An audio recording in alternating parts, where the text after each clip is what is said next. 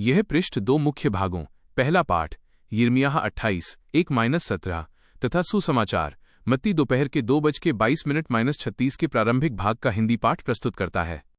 पहला पाठ यिर्मयाह 28, 1-17।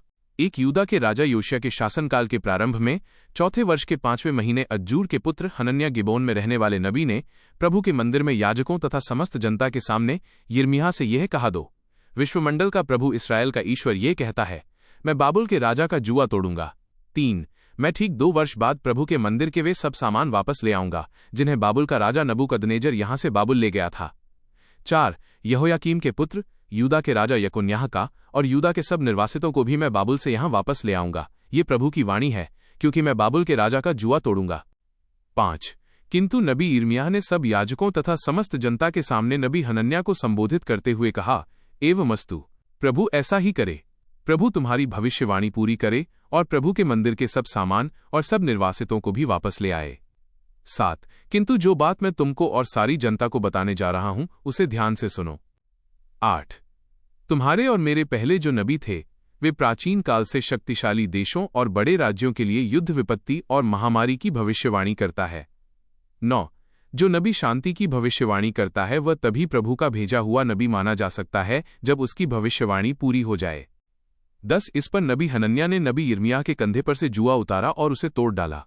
11 तब हनन्याह समस्त जनता के सामने ये बोला, प्रभु ये कहता है, मैं इसी तरह बाबुल के राजा नबूकदनेजर का जुआ तोड़ूंगा। मैं ठीक 2 वर्ष बाद उसे सब राष्ट्रों के कंधे पर से उतार कर तोड़ दूंगा। इसके बाद नबी यिर्मयाह अपनी राह चला गया। 12 जब हनन्याह ने नबी यिर्मयाह के कंधे पर से जुआ उतारकर तोड़ दिया था तो उसके थोड़े समय बाद प्रभु की वाणी यिर्मयाह को ये कहते हुए सुनाई दी, तेरा जाओ और हनन्याह से कहो, प्रभु की वाणी है, तुमने लकड़ी का जुआ तोड़ा, इसके बदले लोहे का जुआ आएगा। 14 क्योंकि विश्वमंडल का प्रभु इस्राएल का ईश्वर ये कहता है, मैं सब राष्ट्रों के कंधे पर लोहे का जुआ रखने जा रहा हूं, वे सब बाबुल के राजा नबूकदनेजर के अधीन होंगे, मैंने बनेले पशुओं को भी उसके अधीन कर दिया है। 15 नबी यिर्मयाह ने नबी हनन्याह से कहा, हनन्याह ध्यान से मेरी बात सुनो, प्रभु ने तुमको नहीं भेजा है, तुमने इस प्रजा को झूठी आशा दिलाई है। 16 इसलिए प्रभु यह कहता है, मैं तुमको इस पृथ्वी पर से मिटा दूंगा, तुम इसी वर्ष मर जाओगे, क्योंकि तुमने प्रभु के विरुद्ध विद्रोह का प्रचार किया है। 17 उसी वर्ष के 7वें महीने नबी हनन्याह का देहांत हो गया। सुसमाचार मत्ती दोपहर के 2:22 22 इसके तुरंत बाद ईसा ने अपने शिष्यों को इसके लिए बाध्य किया कि वे नाव पर चढ़कर उनसे पहले उस पार चले जाएं, इतने में वे स्वयं लोगों को विदा कर देंगे। 23 ईसा लोगों को विदा कर एकांत में प्रार्थना करने पहाड़ी पर चढ़े। संध्या होने पर वे वहां अकेले थे। 24 नाव उस समय तट। आगे का पाठ पृष्ठ के नीचे कटा हुआ है। अन्य अनुभाग। अनुवाक्य, हे प्रभु, मुझे अपनी संहिता की शिक्षा देने की कृपा कर। स्तोत्र 118:29, 43, 79-80, 95, 102। जय घोष, alleluia। गुरुवर, आप ईश्वर के पुत्र हैं, आप इस्राएल के राजा हैं, alleluia।